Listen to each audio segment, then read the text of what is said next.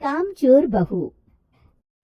कांता बहन की दो बहुएं थी, बड़ी कल्पना और छोटी प्रिया। कल्पना का जैसा नाम वैसा ही काम। सारा दिन कल्पनाओं में रहती, न कोई काम करती न कोई धाम। अरे कल्पना बहू, जरा अच्छी सी चटनी पीसते, आज कुछ मजेदार खाने का मन है। पेट में जलन हो जाएगी माँ जी बुढ़ापे में, और वैसे भी मेरा काम करने का वक्त शाम का है, आप प्रिया को ही बोल दो। इतना कहकर कल्पना वहां से चली जाती है। कांता कल्पना के ऐसे रवैये से काफी परेशान रहती है। मैं बना देती हूँ माँ चटनी, ऐसा बोलकर प्रिया माँ को चटनी बनाकर प्लेट में खाने को देती है कि तभी वहाँ कल्पना आ जाती है। अरे वाह चटनी, जरा चक्कर तो देखो, बड़े दिन हो गए। अरे नहीं बहू, तू तो रहने ही दे चटनी खाना, पेट में जलन हो जाएगी।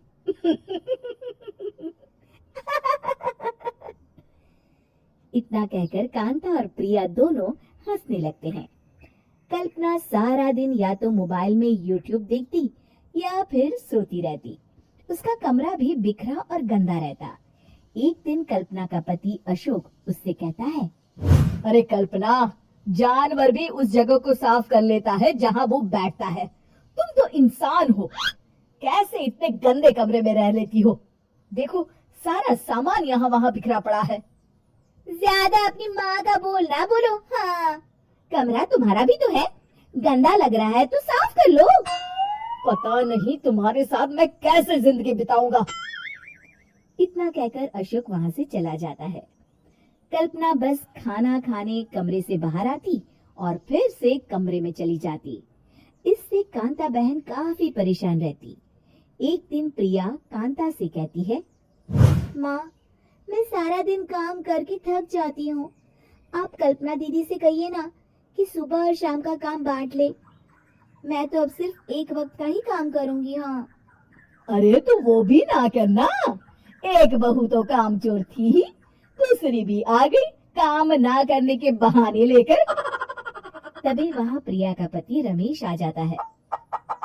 माँ, मैं देख रहा हूँ भाभी कोई काम नहीं करती, प्रिया सारा दिन घर और रसोई का काम करती है, अब कुछ करो ना माँ।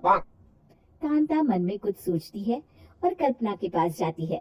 कल्पना फोन पर मेकअप करना देख रही होती है। कल्पना, तुम सारा दिन बस मोबाइल देखती हो, घर का कोई काम भी कर लिया करो। प्रिया सारा दिन काम करके थक जाती है, आज से मैंने फैसला किया है, एक वक्त का काम तुम करोगी, सुबह का खाना तुम बनाओगी और रात का प्रिया। आप लोगों ने काम को हवा बना रखा है। अरे पता नहीं थोड़ा सा ज्यादा काम करने में आप लोग घबरा क्यों जाते हैं। और हाँ, बहुत ज्यादा प्रिया की तारीफ मत करिए मेरे सामने, बड़ी बहू तो मैं ही रहूंगी। मैं कुछ नहीं जानती, कल सुबह मुझे वक्त से खाना चाहिए, रसोई में आ जाना, वरना कल से तुझे खाना नहीं मिलेगा। अगली सुबह कल्पना रसोई में नहीं आती है। वो देर से सोकर उठती है और बाहर आकर कहती है, अरे भूख लगी है, आज खाने में क्या है? इतनी देर हो गई, आज किसी ने मुझे उठाया भी नहीं, पता नहीं कहाँ है सब। कल्पना को घर में कोई नहीं दिखता। वो रसोई की तरफ जाती है जहाँ बड़ा सा ताला लगा होता है। अरे रसोई में ताला, ओ मैं तो भूल ही गई थी, माँ ने आज से सुबह का खाना मुझे बनाने को कहा था। हे भगवान, इतने लोगों का खाना बनाना क्या आसान है। तभी घर के सारे सदस्य बाहर से वापस आते हैं। वाह माँ जी, मजा आ गया छोले भटूरे खाकर। मेरे मुंह में तो अभी भी स्वाद आ रहा है। अरे कल्पना, तेरे भरोसे रहते तो हम तो भूखे ही रह जाते। कल्पना को बहुत गुस्सा आ जाता है। अब बहुत हो गया, आज से मैं अपनी रसोई अलग कर रही हूँ, मैं अपना खाना खुद बना लिया करूंगी। कल्पना अपनी रसोई अलग कर लेती है, पर आए दिन उसका देर से उठना और काम न करने की आदत से वो भूखी ही रह जाती थी। उसी के सामने घर के लोग अच्छे अच्छे पकवान खाते और कामचोर कल्पना को जैसे तैसे ही खाना बनाकर खाना पड़ता। पर एक दिन तो हद ही हो गई। माँ, दीदी आज सुबह से कमरे से बाहर नहीं निकली, हमें जाकर देखना चाहिए। सो रही होगी, कामचोर कहीं की। पर तुम कहती हो तो चलो देख लेते हैं उसे। कल्पना कमरे में पेट पकड़कर बैठी होती है। हाय मेरा दर्द, पेट दर्द के मारे मर रही हूँ मैं।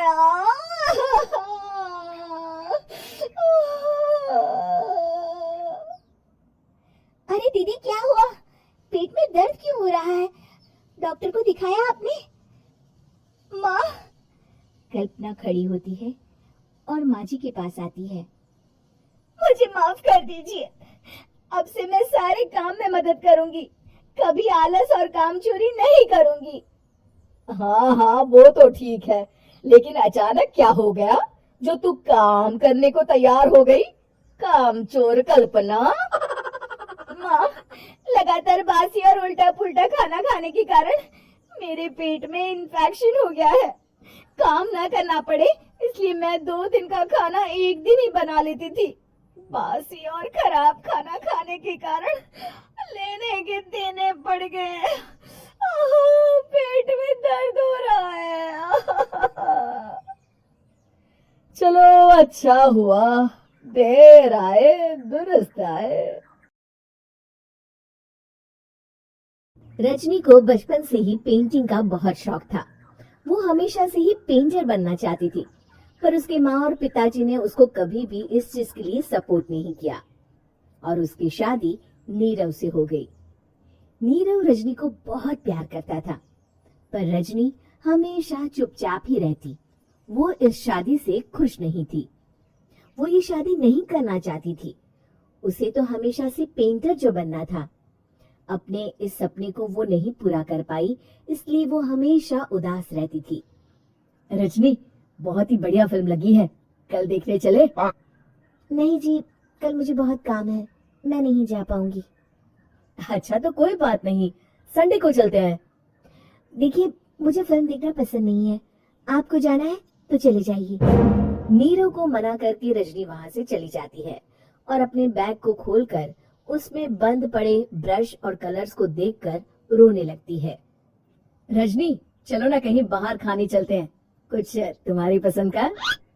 जी, मुझे नहीं जाना, मेरी तबीयत ठीक नहीं है। रजनी वहां से चली जाती है। नीरव को समझ नहीं आता कि रजनी उससे इतना दूर क्यों रहती है।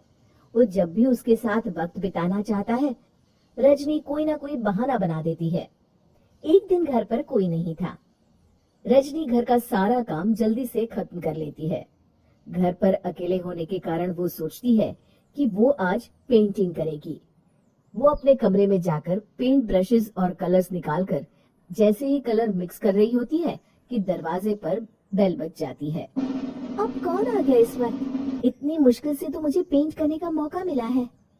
रजनी दरवाजा खोलती है तो उसकी सास अपनी सहेलियों के साथ खड़ी होती है और सब घर के अंदर आ जाते हैं। अरे बहू, सबको शरबत बनाकर पिला दे, बाहर तो बड़ी गर्मी है। उफ। जी। रजनी पेंट ना कर पाने से उदास हो जाती है। उसे गुस्सा भी आ रहा होता है कि उसने इस शादी के लिए हाँ क्यों कह दी। वो रसोई में जा रही होती है कि उसकी सास उसे रोकती है। बहू, सबके खाने का भी इंतजाम कर लेना, आज का लंच तो ये सब यही करेगी। हाँ। रजनी बिना कुछ कहे रसोई में चली जाती है। सबके लिए खाना बनाती है। सब खाना खाते हैं और रजनी घड़ी देखती है कि ये सब कब जाएंगे ताकि वो अपनी पेंटिंग कर सके। जब शाम होती है तब सब चले जाते हैं अपने घर। अरे बहू, सब तेरे खाने की तो बहुत तारीफ कर रहे थे, सबको बहुत अच्छा लगा खाना। आपको मुझे सुबह बताना चाहिए था ना कि आपकी सहेलियां आ रही है। पता भी है कितना वक्त लगा सारा खाना बनाने में। अरे बहू, तू ऐसे कैसे बात कर रही है मुझसे? तो और कैसे बात करूं? मैं इस घर की कोई नौकरानी नहीं हूँ कि इतना काम करूंगी। रजनी अपने कमरे में जाकर दरवाजा बंद कर लेती है। शाम को जब नीरव आता है तो उसकी माँ उसे पूरी घटना के बारे में बताती है। क्या रजनी ने आपसे इस तरह बात की माँ? हाँ, और पता नहीं उसे क्या हो गया है, शाम से बाहर भी नहीं आई है, मैंने तो कई बार आवाज दी, खाना भी नहीं खाया उसने। तू ही बात करके देख ले बेटा। नीरव अपने कमरे का दरवाजा खटखटाता है। रजनी, दरवाजा खोलो, मैं हूँ। रजनी दरवाजा खोलती है और फिर वापस जाकर अपने बिस्तर पर लेट जाती है। रजनी, माँ से बात करने का ये क्या तरीका है? मैंने कोई गलत बात नहीं की है। अरे तुम क्यों ऐसे बर्ताव कर रही हो सबके साथ? क्या तुम इस शादी से खुश नहीं हो? रजनी कुछ नहीं बोलती। अरे बताओ मुझे रजनी, क्या ये शादी तुम्हारी मर्जी के खिलाफ हुई है? हाँ, मैं ये शादी कभी नहीं करना चाहती थी। तुमसे क्या, मैं किसी से भी शादी नहीं करना चाहती थी। रजनी रोने लगती है। चुप हो जाओ रजनी, बताओ मुझे, तुम क्यों नहीं करना चाहती थी शादी? रजनी बेड के नीचे से अपने पेंटिंग्स, कलर्स, ब्रश, पेपर्स निकालती है। इतने में उसकी सास भी कमरे में आ जाती है। ये देख रहे हो, ये थे मेरे सपने। मैं पेंटर बनना चाहती थी, पर माँ पापा ने कभी सपोर्ट नहीं किया और मेरी शादी करवा दी। मेरे सारे सपने टूट गए। हर वक्त बस गुस्सा आता रहता है मुझे। मैं जानती हूँ कि आप लोगों की इसमें कोई गलती नहीं है, पर मैं क्या करूं, मुझे समझ में नहीं आता।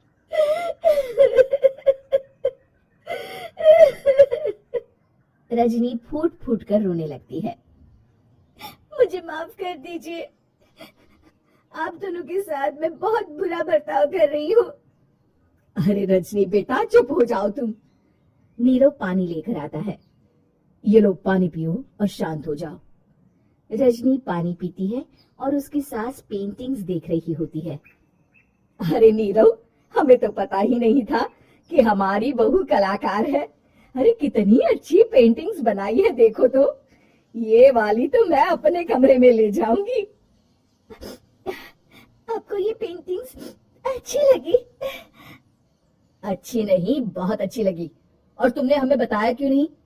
तुम जब चाहे पेंटिंग कर सकती हो रजनी। हम तुम्हारे सपनों को पूरा करने में तुम्हारा पूरा साथ देंगे। हाँ बेटा, हम कला की कद्र करते हैं। हम कलाकार तो नहीं, पर मुझे गर्व है कि मेरी बहू एक कलाकार है। रजनी, नीरव और सास तीनों हंस पड़ते हैं।